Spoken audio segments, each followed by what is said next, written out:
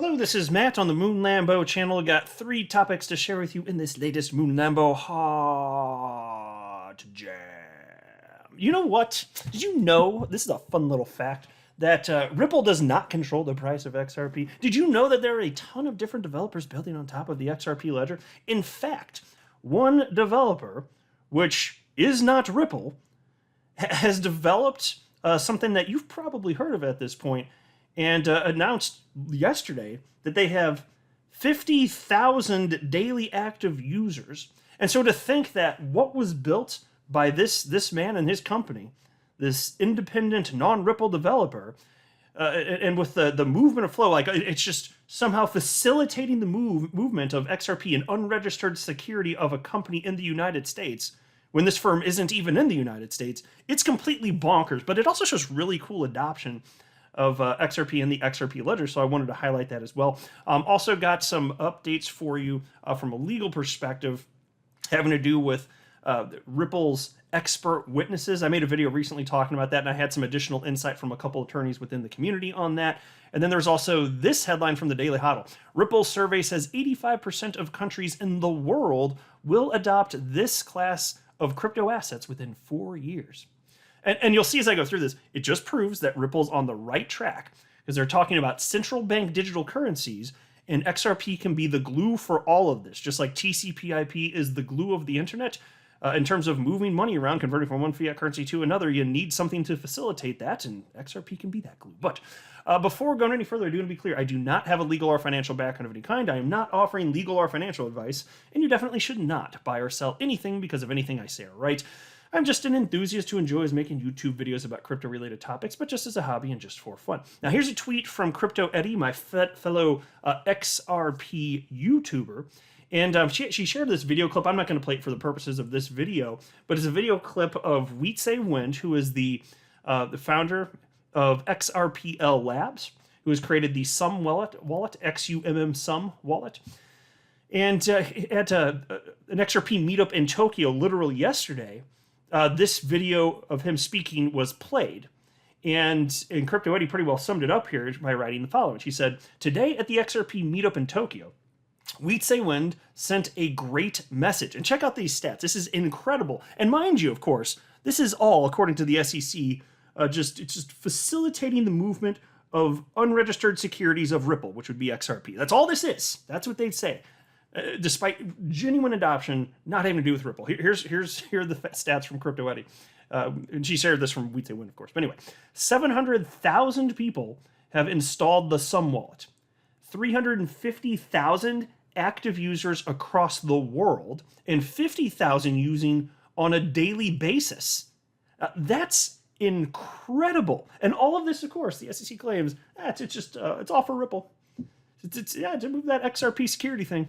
It's completely ridiculous. And do you remember this? I don't really want to read through this article. This is from June of this year. But this was titled, "Attorney John Deaton says XRP value is not driven by Ripple, but by Bitcoin." So if you look in terms of price action, it couldn't be more clear that XRP is just following, in a general sense, the movement of the broader crypto market led by Bitcoin. And this article goes on to cite that there's an 800% increase of on-demand liquidity. That's Ripple's, what Ripple uses to convert from one fiat currency to another, their efficient automated path-seeking algorithm utilizing XRP as a bridge currency. 800% increase. Well, where's the 800% increase in price? Because XRP's down over 75% from April of last year. It's not because there's something wrong with XRP, mind you. It's just following broader crypto markets. But it couldn't be more clear. You know, so in terms of what drives price of XRP long-term in a mature market, it's going to be cryptocurrencies will be parsed out individually based on their own merits. We're just not there yet. So that's why I've always said since the beginning of this channel, utility matters and will win the day. It just doesn't matter sufficiently today. Now, there's this tweet. I did share this a couple days ago, but I wanted to set the table here. This is from attorney Fred Rispoli, member of the XRP community. And he was talking about Ripple's expert witnesses because he uncovered 7 of them, except for he can't share them. And I don't know how he found out who they are, and he can't share them. And for good reason. I went through this. I don't want to get into that again in this video, but it's because he's an attorney in a nutshell. So there are some things that would make it unreasonable for him to do and he'd get in trouble. even though he's not associated with the case, actually. That's the assertion that he made. But he tweeted this 2 days ago. As you should have guessed, one of Ripple's experts obviously would rebut Mr. Duty's opinions on the perceptions and behaviors of XRP holders, and she is amazing. So let's pause and note Mr. Duty, of course, is an expert witness who claims to know why XRP holders have purchased XRP, and I can't wait to see the bogus claims that he's willing to put out there because he's getting paid by the SEC to do this. But another Attorney Bill within the XRP community, he retweeted that from Fred and wrote the following. One thing I wondered, Fred, if Ripple has 10 experts and the SEC has 5 experts and the evidence of Ripple's experts survives Daubert motion challenges, does it not follow that some of the Ripple expert evidence on key issues isn't rebutted by expert evidence from any SEC expert? And so I'll pause to note when he references Daubert motion, those are challenges against expert witnesses. So it could be on the grounds that the person's not actually an expert or the methodology used to arrive at whatever expert conclusion they came to. They could say, you could argue that the methodology is flawed. And so those would be Daubert motions. Now, Fred Rispoli responded to that and wrote, "Thank you for the question, Bill. Based on what I know about the experts, the SEC will claim its experts can testify on multiple issues, whereas Ripple almost has one expert for one issue exactly. So Ripple is going to argue in these motions that SEC's experts aren't qualified to testify so broadly. It appears some areas may be unrebutted by SEC, which SEC will try to strike. Ultimately, even the SEC doesn't have the resources to go toe-to-toe on what Ripple is backing. Wouldn't be surprised to learn $20 million of the $100 million spent is on experts alone." So this is an interesting approach. According to Attorney Rispoli, there's basically one expert for one type of topic, not a lot of overlap, which will make it harder to make a claim that we shouldn't be having so-and-so expert speak because you don't need 10 experts saying the same thing. Well, if this is accurate, what Attorney Rispoli is saying, and I have no reason to think it's not, then it's going to be harder for the SEC to shut up Ripple's attorneys. Now, they're going to make bogus claims because of the SEC asshats. You know that they are. And then as far as the dollar figure, Brad Garland has publicly stated that they anticipate that they will spend $100 million by the time this is all said and done. And so Fred's just saying, wouldn't be surprised if 20 million of that is for experts alone. Now, I don't think that experts are actually getting paid literally $20 million, but who knows what sorts of costs are associated with it. That would be insane. I mean, I don't think that, even if you have 10 experts, what does that mean? They each get $2 million. so maybe not that, but maybe he's crunching the numbers. Fred might be crunching the numbers in some sort of other way, other costs associated with it. Not that it would necessarily go to them. That might be what he meant. But then Attorney Bill retweeted that, and he shared additional thoughts on this. And he said, "Thanks, Fred. Really appreciate your response on the weekend. You confirm a thought I had that the SEC has not completely rebutted or met all Ripple's expert evidence, which is why they are seeking to challenge and strike all or parts of all the 10 Ripple experts.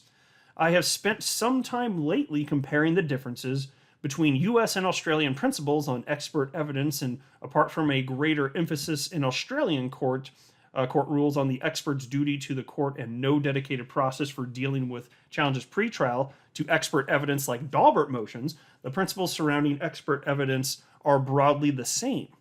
So, and by the way, I was pausing to note the reason he's saying that is because he's in Australia. Anyway, it says, generally, not meeting or rebutting an opposing party's expert evidence on key issues is very risky unless you can lead non-expert factual evidence that undermine the factual foundation for the expert's assumptions and opinions. The SEC may have the same problem in the library case, where they do not have an expert to rebut Dr. Richard's report or any expert covering the same issues and seek to strike it out entirely. Now, this raises wider issues about whether the SEC rushed both cases and was not properly prepared or complacent, expecting Library and Ripple to fold with early settlements. No wonder the SEC is oversensitive about the public seeing its expert report. Ain't that the truth? The assertions of threats to Mr. Duty just may have given the SEC an excuse and opportunity to keep a weakness in its case hidden. My hunch, and it's just a hunch, is that another strategic weakness in the SEC's case is about to be exposed to the public. Now, that's curious.